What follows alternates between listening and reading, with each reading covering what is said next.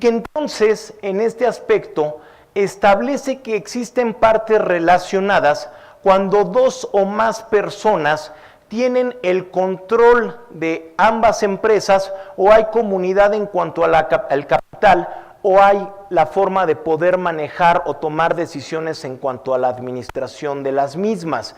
Es decir, no se limita solamente en cuanto a la parte más común que podría ser la del capital, en el sentido de que haya uno o más accionistas que tengan la capacidad de decisión en cuanto a la posibilidad de establecer o de influir en cuanto a las operaciones que se lleven a cabo entre ambas empresas. Ojo, está hablando de control, no necesariamente puede haber solamente, o la comunidad de accionistas implique por ese simple hecho que existe una parte relacionada, porque a lo mejor tenemos por un lado las empresas con las que yo llevo a cabo operaciones que sean clientes y proveedores que no tienen nada que ver conmigo. Por el otro lado tengo las empresas con las cuales a lo mejor hay comunidad de socios o accionistas. Sin embargo, a lo mejor yo soy accionista en la empresa A y en la empresa B, y yo soy accionista de la empresa C, pero a lo mejor tengo el 3, 4, 5%, pues ni pinto en ese sentido. Entonces no tengo mayor decisión, no tengo control en ese aspecto. Sin embargo, a lo mejor soy el socio que tiene en una empresa el 60%, en la otra a lo mejor el 40%, pero estoy reunido con otro socio que a lo mejor me puede permitir influir en las operaciones, y en la otra empresa tengo el 80% de la participación accionaria. Entonces, ya puedo decidir como tal, en ese aspecto, el poder llevar a cabo cuáles son las operaciones que pueden realizar esas empresas que tenemos accionistas en común. En cuanto a la parte de la administración, a lo mejor no soy socio, pero sí soy el presidente del consejo de administración o soy el administrador único, y como tal entonces puedo, al acatar las decisiones que me establezca como tal el consejo de accionistas, puedo decidir qué operaciones se lleven a cabo entre una y otra empresa, de tal manera entonces que en ese aspecto tenga yo esa libertad. ¿Por qué? Porque a lo mejor también se pueden tener poderes amplios, ya sean de administración o de dominio, por ejemplo, de pleitos y cobranza, que realmente no pintarían en ese aspecto, pero sí los de administración o los de dominio, en los cuales puedo decidir, aun y cuando no sea accionista, cuáles son las operaciones que se lleven a cabo entre una y otra empresa. De tal manera entonces que lo que está señalando es, esa operación de esa empresa que está en el extranjero con la que se encuentra en México, dice que para efectos de los ingresos y las deducciones autorizadas que se lleven a cabo para fines del impuesto sobre la renta, las lleve a cabo exactamente como las llevo con lo que se le conoce como partes independientes en operaciones comparables. ¿A qué se refiere? Es decir, a lo mejor yo vendo estos apuntadores y yo se los vendo a mis clientes a lo mejor en un precio que va de los 10 a los 12 pesos. A lo mejor en este caso yo establezco que si con mis políticas y mis lineamientos que les entrego en un plazo de 5 días máximo, que les otorgo descuentos por pronto pago, a lo mejor que pueden ser por ejemplo de un 10%, que si no me pagan a tiempo les voy a cobrar un interés moratorio del 5% mensual, la tasa de financiamiento que les cobro a ellos son del 3%. ¿Qué es lo que tiene que suceder con estas empresas que son partes relacionadas? Exactamente lo mismo. Pero en la práctica, ¿qué sucede en muchos casos? No se hace. Con ellos sí les cobro intereses, establezco todas estas situaciones, pero con las partes relacionadas, a lo mejor no les cobro intereses, a lo mejor los intereses que cobro son diferentes, a lo mejor son más altos o más abajo en algún momento dado. Por el otro lado también a lo mejor ni siquiera, a lo mejor con ellos hacemos hasta un contrato muy detallado o a lo mejor un contrato general, pero se tiene contratos. Con las partes relacionadas no se llevan a cabo contratos. Vienen ellos, si yo les vendo a ellos, voy el día que se venza el periodo de financiamiento, a lo mejor máximo el día siguiente estoy tocando la puerta. ¿Qué sucede en la realidad o en la práctica, mejor dicho, En muchos casos con las partes relacionadas. Ni siquiera hay el flujo de efectivo. Se dejan ahí las operaciones y siguen creciendo las cuentas por pagar y por cobrar. Entonces, no se están llevando a cabo las operaciones en igualdad de circunstancias, lo cual entonces me establecería, oye, a ver, tu empresa, tu contribuyente, no lo estás haciendo de la misma manera con el común de los contribuyentes o con tus clientes y proveedores. Y entonces también, ¿qué puede suceder? El caso más común, quedamos que yo les vendo a ellos de 10 a 12 pesos, pero a lo mejor acá yo les vendo o a 5 pesos o a 20 pesos este aparato. ¿Por qué? Porque entonces lo que está sucediendo es que empiezo a jugar con las utilidades de las empresas que tenemos dentro del grupo. Oye, a lo mejor tengo yo una utilidad muy alta, pero la empresa A tiene una utilidad pues alta. Y entonces, ¿qué es lo que hago? No, perdón, yo la tengo alta y ella la tiene baja, tiene pérdidas incluso. Entonces, ¿qué hago? Para no pagar tanto impuesto, se lo vendo mucho más barato para que no impacte tanto. O a lo mejor esta empresa tiene muchas pérdidas, yo todavía lo aguanto, a lo mejor esta venta y se lo transfiero en 20 pesos para poder disminuir el impacto. Aquí puede haber un juego diferente dependiendo de las circunstancias que se tenga entre una y otra empresa del grupo. Entonces, ¿qué es lo que me puede decir la autoridad? Oye, ¿cómo es posible que ellos se los vendes entre 10 y 12 y a ellos se los estás vendiendo entre ya sea 5 o 20 pesos que no corresponde con lo que se está llevando a cabo? Sin embargo, esto no queda limitado solamente a las operaciones con el extranjero. De acuerdo con el artículo 76 en la fracción 12, también establece la obligación, adelante de atrás por favor. Preguntas respecto a partes relacionadas con el extranjero. Yo no tengo problema de precios de transferencia. Sin embargo, tenemos el problema de flujo de efectivo. O sea, nosotros exportamos prácticamente entre 50 a veces hasta el 60% de nuestra producción. A esa parte relacionada. A esa parte relacionada, pero no nos pagan nuestras facturas. ¿En qué artículo puedo basar mi petición para que ellos tengan que pagar estas transacciones? Bueno, aquí tendríamos que tomar en cuenta que a lo mejor qué es lo que hace con el otro 50 o 40% de sus clientes. O sea, normalmente supongo que les cobra una tasa de interés en algún momento dado o lleva a cabo ciertas gestiones en algún momento dado para poder recuperar esas cuentas. Es una cobranza normal, digamos. Exactamente. Así. En términos generales debería de hacerse exactamente lo mismo, una cobranza normal, como usted le está llamando, es decir, tengo que hacerlo de la misma manera como lo está haciendo con esos otros clientes. El punto es a lo mejor que donde tendríamos que tener mucho cuidado en mi punto de vista es la parte que a lo mejor esas cuentas no se hagan tan viejas. ¿Por qué? Porque podría llevar en algún momento dado a que la empresa diga, oye, bueno, pues ahora ¿qué? ¿Nos vamos a créditos incobrables? Las cuales la autoridad probablemente me diga, bueno, a ver, si las vas a hacer incobrables en una revisión, ¿cuáles fueron los sustentos, cuáles son las circunstancias que te llevaron? ¿Por qué le estás vendiendo? Porque también el punto yo le diría, entiendo que finalmente está la decisión de los accionistas, pero llegaría un momento en el cual ya no le vendería a ese cliente, porque dice, bueno, pues ya rebasamos cierto tope, cierto tiempo, en el cual no me está cubriendo los importes, entonces yo ya no le vendo. Técnicamente tendría que suceder de la misma manera. ¿Por qué te tengo que seguir vendiendo si no me estás pagando? Y entonces, en todo caso, yo creo que aquí habría que evaluar, digamos, qué es lo que está justificando esa falta de flujo de efectivo. Porque de alguna manera, pues sí, la autoridad puede decir, ¿sabes qué? No lo estás llevando en igualdad de circunstancias. Entonces creo que sí tendrían que evaluar muy bien. Entiendo que a lo mejor si lo que le están vendiendo es materia prima en algún momento o son ya mercancía terminada, entonces, ¿qué es lo que está justificando que le sigan vendiendo?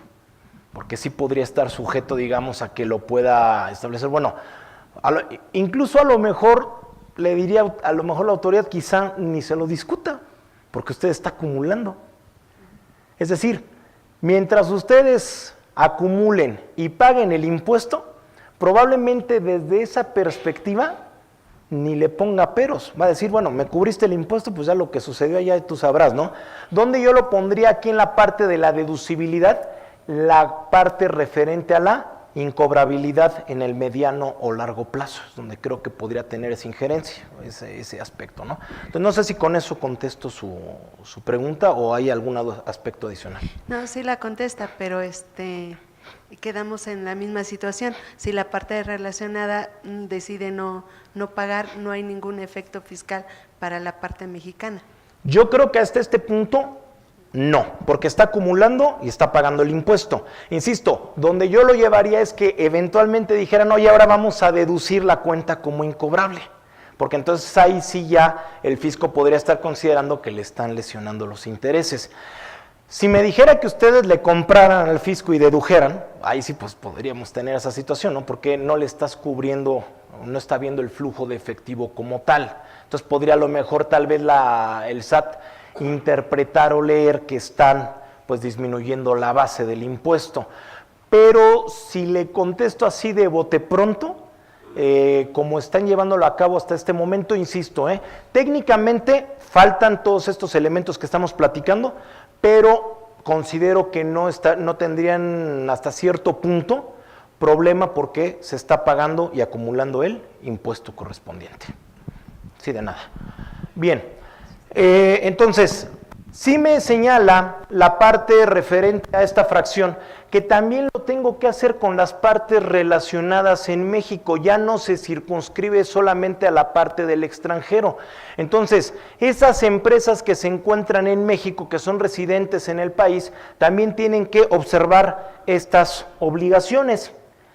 Y entonces, nos lleva a un aspecto, por un lado, por lo que se refiere al extranjero y por otro, lo que se refiere a las partes relacionadas en el país, la fracción 9 y la fracción 12 respectivamente, que la persona que está llevando a cabo el contribuyente debe de obtener y conservar lo que le llama la documentación comprobatoria, la cual no es solamente el comprobante fiscal que se emite o el comprobante fiscal o el comprobante como tal que se recibe, sino y no adicionalmente solo aquellos aspectos que cubran la entrega de la mercancía, lo que son los correos, las comunicaciones, los documentos que a lo mejor sirvan como garantía para llevar a cabo la operación, sino específicamente se refiere a lo que se le llama o se le conoce como el estudio de precios de transferencia. Entonces, en este aspecto debo de tener este documento que va a resumir o va a sustentar las operaciones que yo llevé a cabo con mis partes relacionadas y que va a hacer una comparación en términos generales. Normalmente se hace a través de una base de datos que cuentan los despachos como tal que llevan a cabo estos estudios, en los cuales revisan pues cuáles son esa operación que se lleva a cabo en el mercado, a qué precio se lleva, si se cobran ciertos intereses, en su caso qué porcentajes, etcétera. Revisa todos los aspectos inherentes a la operación, de tal manera que entonces pueda ver que eso que se lleva a cabo afuera lo realice o si está dentro de ciertos parámetros con lo que llevamos a cabo con nuestras partes independientes. Entonces, con ello podrá establecer de alguna manera si esas operaciones están dentro de esos rangos que se establecen para esos efectos y entonces si se está acumulando y deduciendo adecuadamente. En este aspecto, lo que nos señala como tal, y ojo que lo que tenemos que tomar en cuenta, es que para esos efectos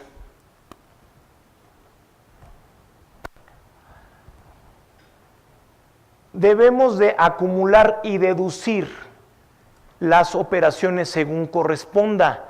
Sin embargo, lo que debemos de tomar en cuenta cuando son operaciones con partes relacionadas en el país es que si por un lado una acumula, la otra deduce, no es un solo estudio de precios de transferencia el que sirve para ambas partes, sino son dos estudios, uno donde establece que yo acumulo y la otra parte que deduce. Entonces, se deben de contar con los dos estudios de precios de transferencia, uno por cada empresa.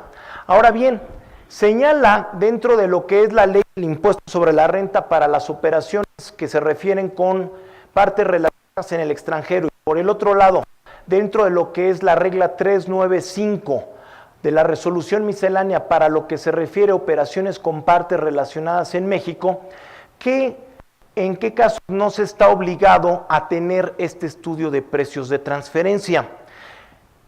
Si es una persona que lleva a cabo operaciones o actividades empresariales y el monto de los ingresos en el ejercicio inmediato anterior, es decir, en el ejercicio de 2016, no excedieron de 13 millones de pesos, o en su caso se prestan servicios profesionales y no rebase de los 3 millones de pesos, entonces en esos casos puede optarse por no contar con el estudio de precios de transferencia. Cuando ya se está arriba de estos montos, entonces obligatoriamente debe de tenerse.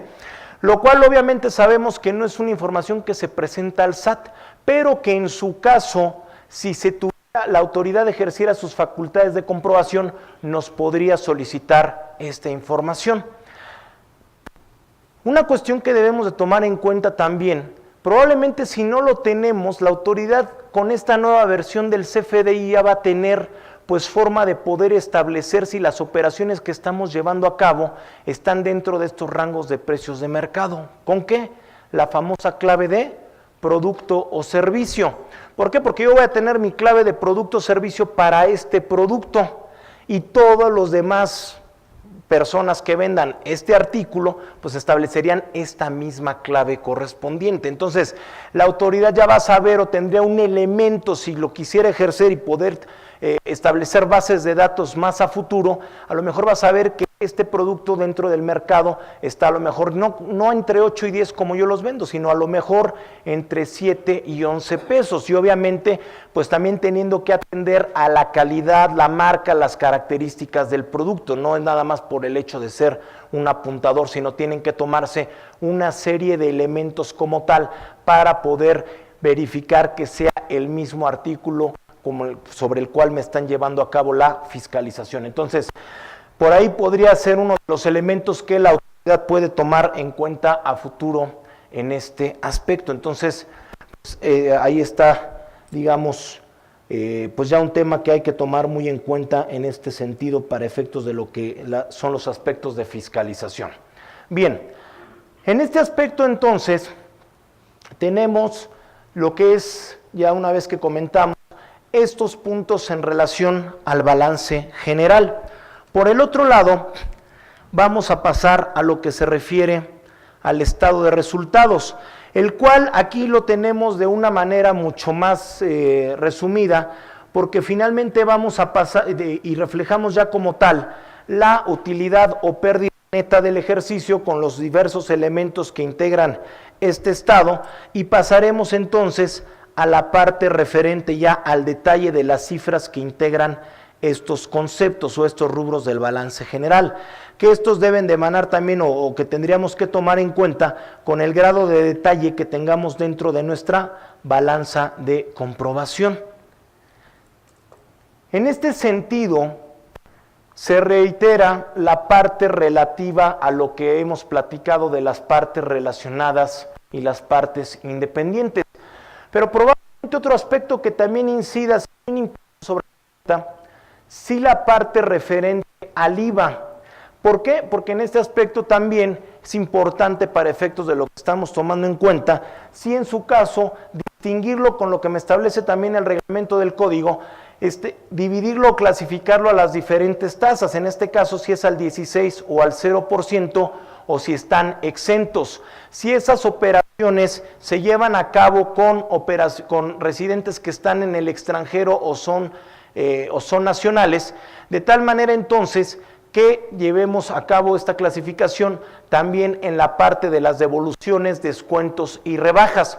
¿Por qué? Porque contablemente presentamos un importe neto de los ingresos menos las devoluciones, descuentos y rebajas que se otorgan, ello de acuerdo con las normas de información financiera, y que como tal en este aspecto nos establece, de acuerdo con lo que viene siendo ya el formato de declaración anual, también estas operaciones, por un lado, están clasificadas como operaciones que se realicen con clientes nacionales o con clientes que se encuentran en el extranjero. Además de que también aquí dentro de lo que es el estado de resultados, también nos va a pedir, independientemente de los saldos que tengamos al cierre del ejercicio, la parte específica a las operaciones que llevamos a cabo en el año, precisamente con partes relacionadas y no relacionadas para establecer el total correspondiente. Entonces, ahí lo vamos a estar como tal señalando de conformidad con lo que me establece el formato.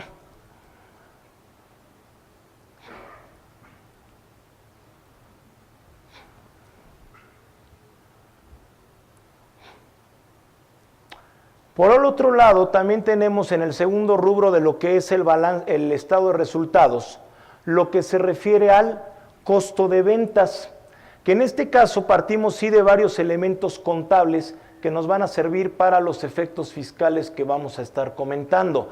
Por un lado, vamos a tener la parte del sistema de costeo, la base y el método de evaluación sobre el cual lo vamos a estar señalando y ahorita lo vamos a comentar.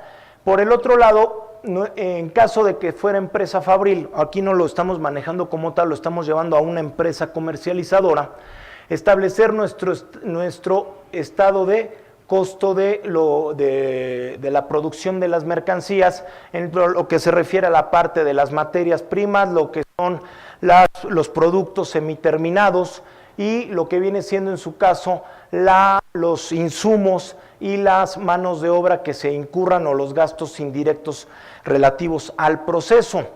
En este sentido, vamos a establecer aquí, dentro de lo que es este estado de resultados, que insisto es de una comercializadora, solamente la parte relativa al inventario inicial, a lo que es las compras que se llevaron a cabo en el ejercicio y el inventario final del mismo. De tal manera entonces que señalamos o establecemos el costo de ventas, que en este caso es de 111 millones de pesos, pero que adicionalmente tenemos que también, de acuerdo con lo que nos pide el estado de resultados del formato de declaración anual, establecer cuánto es el importe total de compras que se llevaron a cabo con las partes relacionadas y las que no lo son, y también en su caso con la parte de las devoluciones, descuentos y rebajas que obtuvimos para establecer el importe neto de las compras que se llevaron a cabo. Entonces, con ello ya tenemos la parte contable, pero por un lado, entonces, ¿dónde tiene el efecto dentro de lo que es el formato de declaración anual? Bien, son dos secciones. La primera de ellas es lo que se refiere al costo de ventas dentro de lo que es el estado de resultados, en donde nos va a establecer también cuáles fueron las compras que se hicieron nacionales y las que se importaron, dividido también, como ya lo hemos establecido, en partes relacionadas y las que no lo son, y en su caso, con la parte de que sean empresas fabriles, lo relativo a la mano de obra, las maquilas o los gastos indirectos de fabricación para llegar al costo de ventas como tal y determinar la utilidad bruta. Ahora bien, la segunda sección del formato en la cual tendríamos que tomar en cuenta estos elementos es una que se llama datos informativos del costo de venta fiscal. Aquí el primer punto que tenemos que tomar en cuenta es en esta subsección que se llama datos del inventario base. Nos dice que indiquemos cuál es el método para determinar ese inventario base. Como tal, nos da dos opciones. Una, lo que es el inventario inicial, y la otra, la acumulación de inventarios. En este aspecto, entonces, considero que la opción que debemos de tomar en cuenta es la de inventario inicial. ¿Por qué? Acumulación de inventarios se refiere a lo que sucedió en su momento en el año de 2004 para 2005, cuando se cambió el sistema de deducción de compras al de costo de lo vendido, que en ese caso entonces estableció la posibilidad de poder deducir el inventario que se tenía el 31 de diciembre de 2004, siempre y cuando a su vez este inventario se fuera acumulando en los ejercicios siguientes, con un mecanismo que estaba en las disposiciones transitorias de aquellos entonces, de 2005, se podía darse la acumulación de ese inventario desde 4 y hasta 10, 11 años, lo cual sucedió que los contribuyentes que se fueron lo más lejos o que se fueron a más ejercicios, concluyó ya en el año de 2016, es decir, para el año de 2017 ya no aplica esta cuestión relativa a la acumulación de inventarios. Y por lo tanto entonces considero que debe de aplicarse inventario inicial, porque también depende de esta selección lo que son los otros partes de esta sección que se van a habilitar o no. Para esto, en todo caso, estamos considerando datos informativos, estamos señalando el monto del inventario inicial que tenemos de 30 millones dentro de nuestro estado de resultados y nuestro estado de costo de lo vendido, y en su caso, que fuera sobre todo empresas fabriles, se tendría que establecer cuál es el importe de la materia prima que consumió, la mano de obra y los gastos indirectos deducibles, es decir, un resumen de lo que tenemos dentro de ese estado de costo de producción de lo vendido como tal. Ahora, al establecer entonces que ya no tenemos como tal la acumulación de inventarios, esta sección ya no debe de utilizarse ni debe de quedar disponible para su edición, porque insisto, son todos estos elementos que sirvieron en su instante para poder establecer cuánto es lo que se tenía que ir acumulando en cada ejercicio fiscal con base en lo que ya platicábamos. Por lo tanto, entonces, pasamos a los siguientes rubros de esta sección, en la cual va a indicar básicamente tres conceptos.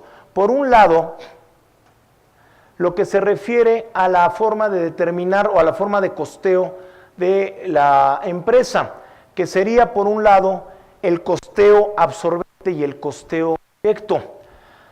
A partir del año de 2014 y tomando en cuenta los cambios que hubo en las normas de información financiera, se estableció que solamente la única forma de poder costear es el absorbente, es decir, reconociendo tanto los elementos fijos como los elementos variables.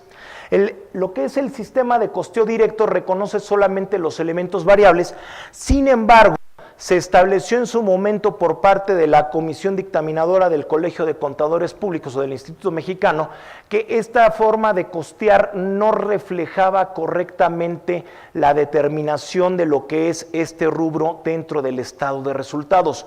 Por lo tanto, fue eliminado de las normas de información financiera y aplica de la misma manera para efectos fiscales, ya no está reconocido dentro de lo que es la ley del ISR. Con lo cual entonces solamente que se tuviera que aplicar, por lo menos en su caso tanto contable como fiscal, para ejercicios en los cuales se aplicó y que todavía estaba vigente este sistema de costeo, entonces pues se tendrá que señalar. Por el otro lado, el método de evaluación que se corresponde a la forma como se está valorando el inventario, que son los que ya conocemos, PEPs, WEPs, costo identificado, costo promedio y detallista. De la misma manera que platicamos en el concepto anterior, también en aquella misma modificación que se hizo a la norma de información financiera C4, se eliminó lo que es el método WEPs, porque también se consideró que no reflejaba de manera correcta la información financiera, con lo cual entonces también fue eliminado del texto de la ley del ISR en la reforma de 2014. Y por último, se indicará lo que es la base de costos que se utilice, que para estos efectos, tanto financiera como fiscalmente, se permite sobre la base de costos históricos o de costos predeterminados. Entonces, aquí ya dependerá de la circunstancia de cada empresa establecerlo, ya sea por un lado si es de transformación o en su caso es una empresa comercializadora. Entonces, pues serían esencialmente los rubros que tendríamos que tomar en cuenta para estos efectos.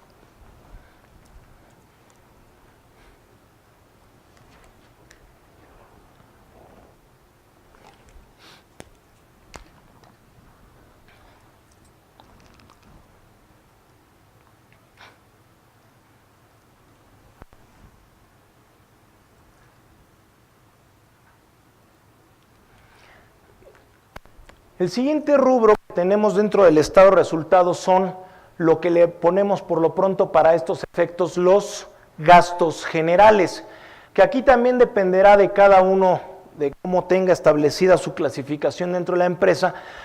Pueden tener dos o más clasificaciones, que pueden ser también los llamados gastos de venta, gastos de administración, gastos generales,